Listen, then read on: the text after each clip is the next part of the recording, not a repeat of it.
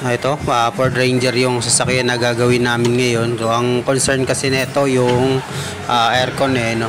Hindi siya lumalamig. Tapos, gawa ng nag-high pressure yung system. So, ang napansin kasi namin dito yung kanyang radiator clutch pan, malubay na, baga malambot na ikutin.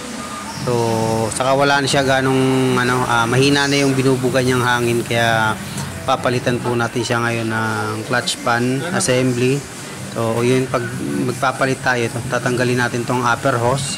Next dyan yung shroud ng radiator, yung cover niya no. Iangat lang natin yan, tapos iiwas natin tong hose ng upper hose. Ayan, mabubunot nyo na yan. Ayan, kita nyo na dito yung clutch pan assembly. So gagamit tayo dyan ng tools pangontra para maluwagan natin yung pinaka pan, yung clutch pan no. So ayan, malambot siya ikutin ng kamay, malubay na nga, kaya pero hindi pa naman to nag-overheat pa talaga. Ang concern lang kasi talaga nito ay hilaw yung lamig ng aircon niya. Ito Ranger tong sasakyan na to, yung 2.2. So, ayan, yung ginagamit natin ditong tools pangontra, itong white tools. So, hindi naman to special tools ng Ranger. Kumbaga, madali lang tong bilhin para i-kontra natin. Isuot nyo lang yun din sa pinakabutas niya, kabilaan. Saka natin yan pihitin para ingat lang din, kasi pag dumulas tayo, pwede tayong masugatan dyan kasi gawa ng matutulis yung part niya no. Ayan, gamit tayo dito ng open box o open range na 36, size 36 yan mga sir. Ayan yung gagamitin natin dyan para matanggal natin no. Ayan, kung meron kayong kasama, pakontrahan nyo lang dun sa ilalim, sa baba, tapos ikaw yung tagapihit para madali siyang baklasin, kasi mahirap yung tanggalin pag mag-isa lang. So ayan, baga ang paluwag nito counterclockwise lang naman yan, pakaliwa yan no, para matanggal natin yung fan blade na yan assembly.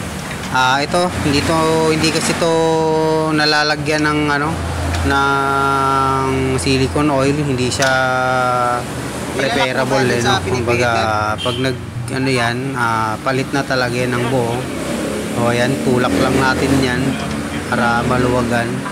Then after nyan, ayan, malambot na lang naman yan ikutin, kayang-kaya na ng kamay yan. Ayan, para matanggal na. Ikabit lang din natin yung brand new, yung bagong ipapalit natin dyan.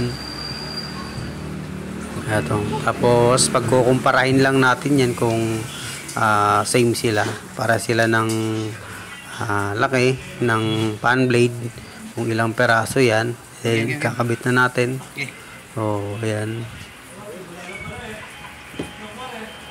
ayan, yung pagkakabit nyan, hand tight lang muna, ikutin nyo lang siya hanggang saan siya tumigil, para hindi, ang iwasan kasi natin dyan masira yung thread din no. Pag nasira kasi ang thread nyan, abala pa yan. Kumbaga papalitan niya ng yung pinakapuli niya. Tapos higpitan lang din natin yan. Alalay lang din sa paghigpit na ito para hindi siya hindi siya masira lalo na't brand new to, napakamahal pa naman ang pyesa na to. Then kukumplotohin na namin yan ngayon. Ayan, kung napapansin nyo, diba, ayun ang ganit niya kumpara kanina na pag inikot namin, malambot siyang ikutin kumpara dito sa bago. Ayan, huwag nyong kalimutan hanginan tong radiator, kasi yung mga naipong dumi dyan, para matanggal na rin yon, yung mga kaya na malikabok, kasi mga dahon-dahon dyan, nasusutan kasi yan dyan. Baga tatanggalin natin yun para mas lalong gumanda yung performance ng ating aircon, malamig siya. Ayan, kasi balik na natin yan ng buo. Ayan, yung hose pala na hinahawakan dyan, ingatan nyo yan na hindi maputol. Kasi pag naputol yan, medyo may presyo din yan. Ano? Kaya tinatanggal natin yan.